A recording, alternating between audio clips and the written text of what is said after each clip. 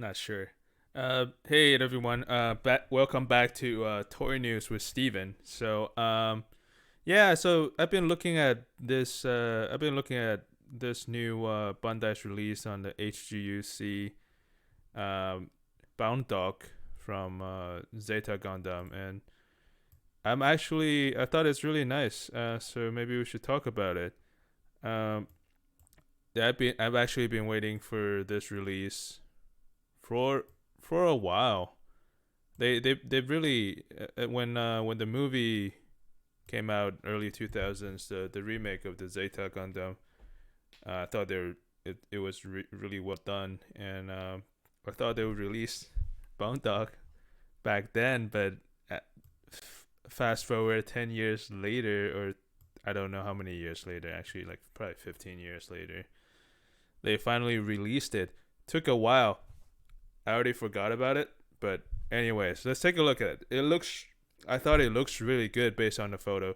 Like when you see like this image here is a CGI image of Boundock, but just based on the track record that Bandai has, it definitely looks as good. I mean, I'm gonna say it definitely looks as good as the CG.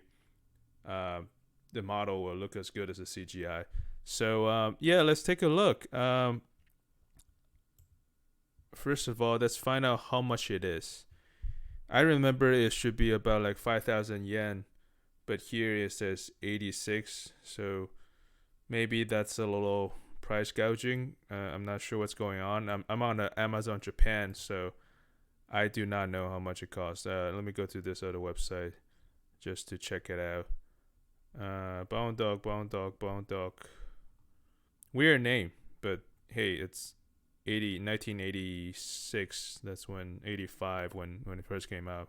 I don't care. This is like that was the state of the art mechanical design back then. Still is. I think like a lot of the Zeta designs are quite amazing, to be honest. So here we go. Let's just say it's like 5,000 yen. I think. I'm not gonna. I think that's around the cost, and I think it's actually pretty big, as a 1/144 scale. So it's definitely. I think it's worth the money, in my opinion. Like 5,000 yen, you get into the Psycho Gundam range in terms of cost, but um, I think it's worth. I think based on the first look of the details, that I think it's definitely worth the money. Okay, so let's start with the first image. All right, so this is the CGI again. Look at all those pipes that coming out. I always love the design. It looks a little bit like a fox. Like it's got a motive of a fox, and just the transformation mechanism is just amazing. Like I've never seen anything like that, and I haven't seen anything like that since then. This is a 80s design, and it looks very refined, even though after however many years, like 30 years or so, 30 40 years, it still looks really good. So yeah, so the head, I think it's beautiful. It's got a mono eye. You can't really see it, but it has a mono eye. You have these green pipes that comes down. I don't remember who's this color. It's a little weird. There's a special color. There's a yellow one that's piloted by I think it's there's a yellow one and there's a green one. Um, it's all piloted by different pilots from the Titans faction. I'm sure P Bandai, Premium Bandai, will take that opportunity and really ride with it. It's gonna come out. I bet you it's gonna come out with at least three more, three more of P Bandai versions of this. So you gonna have a gray one, and then you gonna have a yellow one, yellow green one. I'll show you. I'll show you now. Bound dock. Oof. So yeah, bound dog here. That's this is the design image, And there's also the the main designer Mamoru Nagano. He there's also a version that's designed by him that looks a lot wilder, very wild than this. But oh, what's this? Let's click on that. So this is a gray one, and then there's a BB Senshi. So there's a gray one, Bound Dog, and then there's a. I think the red is designed by not designed, sorry. The red is piloted by Jared Mesa. Bound Dog, yellow. Let's go for that. Green, maybe it's green. I know there's a different version, or we can just go to Gundam Wiki and take a look. Bound Dog. Oh, not dog. I don't know. Rosamiya. Oh, this is Rosamiya. Okay, yeah. So this is the color by Rosamiya. Gates Kappa is the green. It's the gray one, and then you have a Jerry Mesa. Yeah, Jerry Mesa has the yellow one. I think it looks good, but it's weird. Like in games in Super Robot Wars or any other games, Jerry Mesa has always been piloting the red one. So there's a little. I bet there's a little confusions on which color Bound Dog should be. But anyways, my point is there are three colors. There's a gray one, there's a yellow one, and then there's a red one that that P Bandai will definitely release. And just mark my words. That's my prediction. And then, well, I'm sure a lot of you already know that too. So I was trying to get. Hold on a second. I'm trying to get to. I'm gonna check this out. Okay, yeah, this is the original Nagano Mamoru design. Wow, just look at how crazy that is. Yeah, that's not very Gundam-esque, but itself is just such a cool prototype design. Okay, what's this one? Oh, this is MS in Action, which is a toy from a while back. Okay, I got distracted. Anyways, because I've tried to talk about P Bandai and how I'm trying to make some prediction. It's like, who cares? Okay, so let's go back to this HGUC 1/41 scale. So the neck part, you see the pipes. So the pipes are definitely soft material. So I think some of the HGUC Zeta Gundam, like Palace Athena, they all have this soft pipe. I've touched some of them, and they're really pliable and really soft, and they last a long time. They don't really harden or break, so I think that's a good material. Like I've had some from like 10 years ago, the HGUC version with the pipes, and then they're still intact, so they haven't been broken, so it lasts a long time, and it's a nice material. That's my point. And look at those details on the pipes. You got some pipes in the arm. They a really nice asymmetrical design. You have the claw on one arm, and then the other one is a shield, which would turn into the head of the mobile armor when it transforms. We'll see in a little bit. And then it comes down to the pipes on the legs. Like the really nice combination of colors: the red, the navy blue, and also the yellow and the green. I just think it's such a cool design. It's not common. Like you don't see, like, there's a safe design, which are the main characters, which people will like, and then you have this sort of acquired taste design that some of the more Gundam veterans will like more. Like I when I first started liking Gundam, which was I can tell you, since I was 6 years old, and that was a long time ago.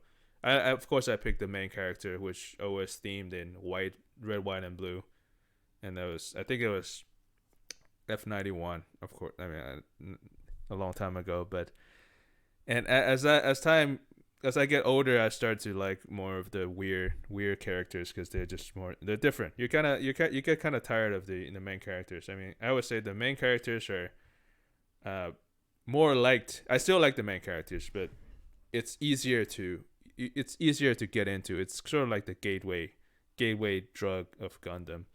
You can Okay, so here we go. So we got, look at that arm. So the hand, look, I noticed the hand part. So you see that the red part is the head of the mobile armor when it transforms. Oh, I didn't even know there's spikes up here. That looks good. So the looks like the thumb moves. So there's in a 144 scale, it's rare that you can see that their movement, the hands. So, but that looks nice. You have the thumb that moves. There's probably a mono eye under that red. I don't know if it's movable or not. The chances are it can move because it's just big enough. Like looking at a hand, it's probably like a 1/100 scale, normal 1/100 scale size hand over there. And okay, so let's move on to a different image. Looks good.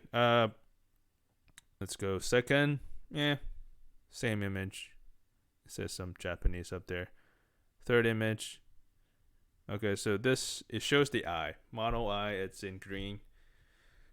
I thought it was red, but anyways, it's green. Doesn't show nothing different. Okay, so here we go. All right, so here it is, the transform version. So you somehow it's able to twist the body 90 degrees, and then the body is you can hide the body underneath the skirt, and that's you see the bottom of that skirt. That's the claw arm at the bottom that you see right there. Okay, nothing.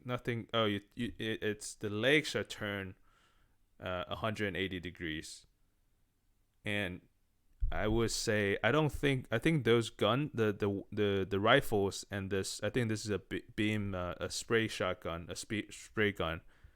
You attach to the side of the arm. So you see this piece. This is the mono I was talking about, and it looks like you can't really move it left or right, but it looks like it's a clear part. So that's a nice detail. So come up here. Do you see it? Like the arm, somehow the body can be hidden under the skirt, which is super cool. Like you don't see anything like this. This is why the classic Gundam designs are so cool, and they could just milk it. They could just remake it, and they can milk it, and I will keep buying it. I don't know about what other people think, but I'm a huge fan. So yeah, I will throw money at it all day. They could come out with a new one in 10 years, and it would be way better. And that's what they're gonna do. So here we go. So yeah, the mono doesn't move. It's green. And then you turn. It looks like it turns the leg 180 degrees. Did it turn it? No, it did not. Never mind. I was wrong. Sorry. Yeah, it does not turn the leg 180 degrees. But here, okay, it doesn't. So here it is in the full mobile armor mode, and you can see how the leg becomes claws, and then looks like so the leg comes up from the side of the skirt, and then these are over here you'll see these hatches that will move up. It's like a side skirt, a mini part, and then it allows the legs to go up like that. I think it will. I'm not sure if it'll come with a stand. It doesn't look like it will, but it would be nice if it did. So you can see the arm hidden underneath it, and then the skirts come up. You have the claw. You can see the claw. It would be cool if the claw can be part of the design, but of the mobile armor design. But doesn't look like they want to include that. I've never seen it anyway. But yeah, but here you can see the claw. It could easily come down, and then you have the 3 claw. It'll be cool. Let's see, and then this is just an action pose showing the claw. That looks. I think this looks really good. And they are probably, like I said, they are gonna come out with different colors. They're gonna do they're gonna add different parts to it, so it becomes like like all those new Gundam animes where it's like custom built Gundam. So they're probably gonna add parts to it, and it's gonna become a completely different machine. But I think this is great. I'm very excited for it. And here it shows the size difference. So 190 millimeter, 19 centimeter versus 14 centimeter, which is a Zeta Gundam, and it's got like, it looks like it's like one third taller than the original, the Zeta Gundam in 144 scale. So let me do a little calculation, unit conversion in inches, because I think in inches because I'm in the U.S. So 7 inches tall, 190 millimeter. So 7 inches. That's, I don't know if this helps. This helps you. It's pretty big. It helps me. Yeah, it's pretty big. Versus, yeah, you're getting I think you're getting a good value for this. For 55. I want to let me double check. I don't want to just name and say a number and be incorrect.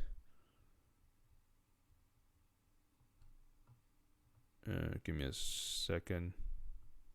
I don't know where I found the link. And anyway, I think it's $55.